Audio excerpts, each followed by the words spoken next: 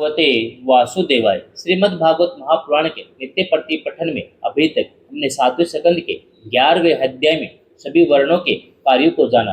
आज हम जानेंगे 12वां अध्याय ब्रह्मचर्य और वानप्रस्थ आश्रमों के नियम।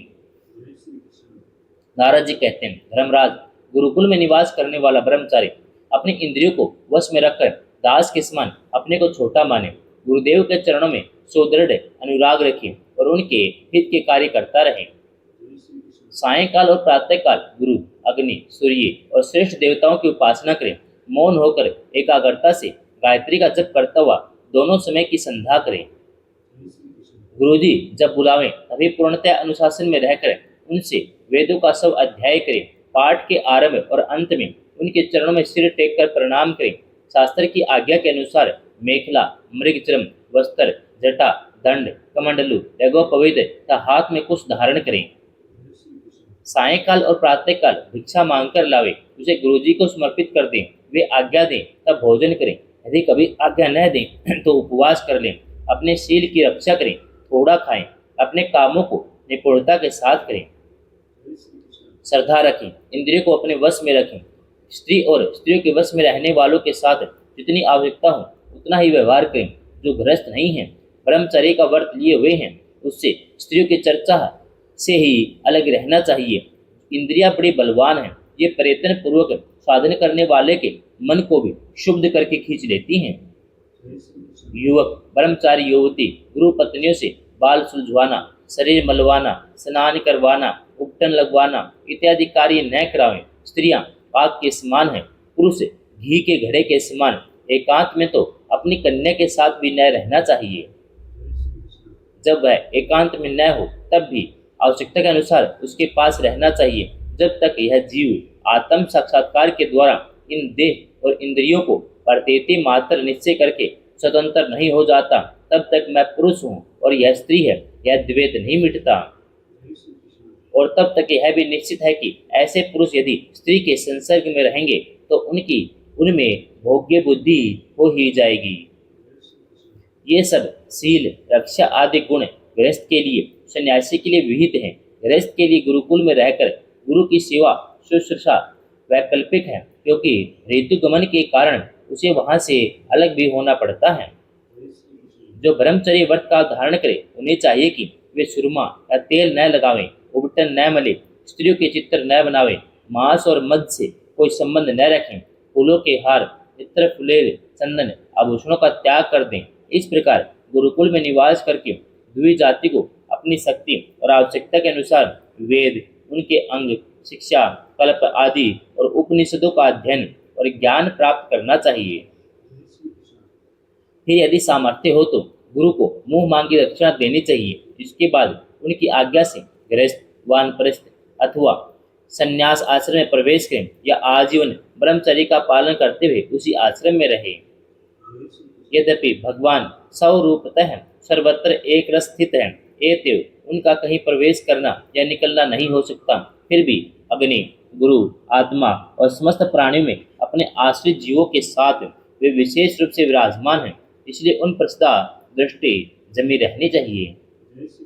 इस प्रकार आचरण करने वाला ब्रह्मचारी, वानप्रस्थ, सन्यासी अथवा गृहस्थ विज्ञान संपन्न होकर पर ब्रह्म तत्व का अनुभव प्राप्त कर लेता है।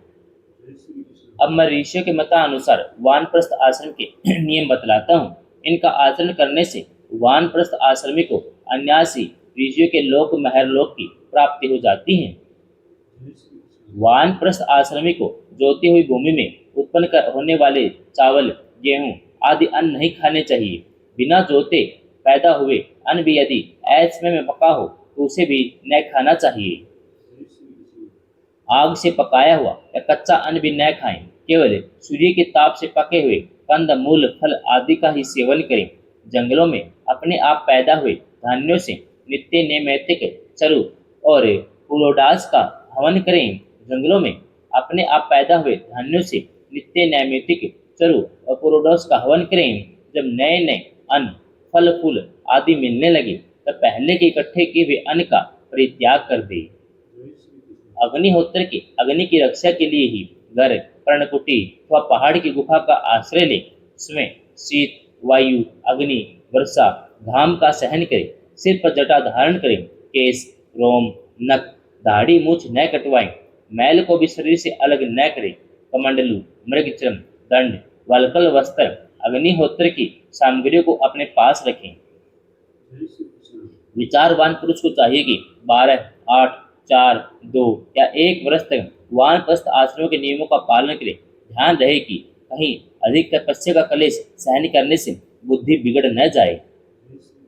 वानप्रस्थ पुरुष जब रोग अथवा बुढ़ापे के कारण अपने कर्म पूरे न कर सके और वेदांत विचार की सामर्थ्य भी न रहे, तो उसे अनशन आदि व्रत करने चाहिए। अनशन के पूर्व ही वह अपने आह्वनीय आदि अग्नि को अपनी आत्मा में लीन कर लें।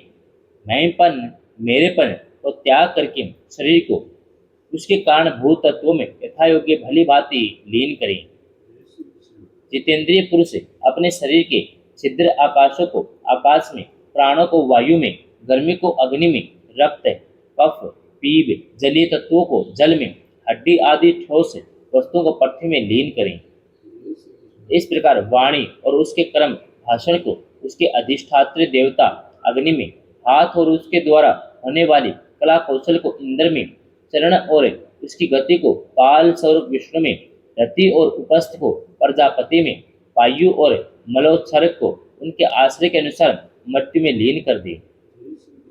श्रोत्र द्वारा और उसके द्वारा सुने जाने वाले शब्द को दिशाओं में, स्पर्श और त्वचा को वायु में, नेत्र सहित रूप को ज्योति में, मधुर आदि रस के सहित रसन इंद्रिय को जल में। यहाँ मूल में प्रचेतसा पद है, जिसका अर्थ है वरुण के सहित होना। वरुण रसन इंद्रिय के अधिष्ठाता है। श्रीधर स्वामी ने भी इसी मत को स्वीकार किया है, परंतु इस प्रसंग में सर्वत्र इंद्रिय और उनके विषय का अधिष्ठात्री देवता में लय करना बताया गया है। फिर रसन इंद्रिय के लिए नया क्रम युक्ति युक्त नहीं जचता। इसलिए यहाँ श्री विश्वनाथ चक्रवर्ती के मतानुसार प्रचेतसा का पद का प्रकष्टम चेतो यत्र स प्रचेतो मधुराधि सतेस्तन, जिसकी ओर चित्त अधिक आकृष्ट हो वह मधुराधि रस प्रचेतस है, उसके सहित इस विग्रह के अनुसार प्रस्तुत अर्थ किया गया है, यहाँ युक्ति युक्त मालूम होता है।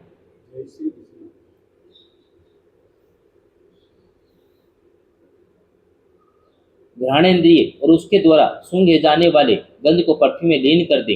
मनोरथों के द्वारा मन को चंद्रमा में, समझ में आने वाले पदार्थों के सहित बुद्धि को ब्रह्मा में, अहंता और ममता रूप क्रिया करने वाले अहंकार को उसके कर्मों के साथ रुद्र में लीन कर दे।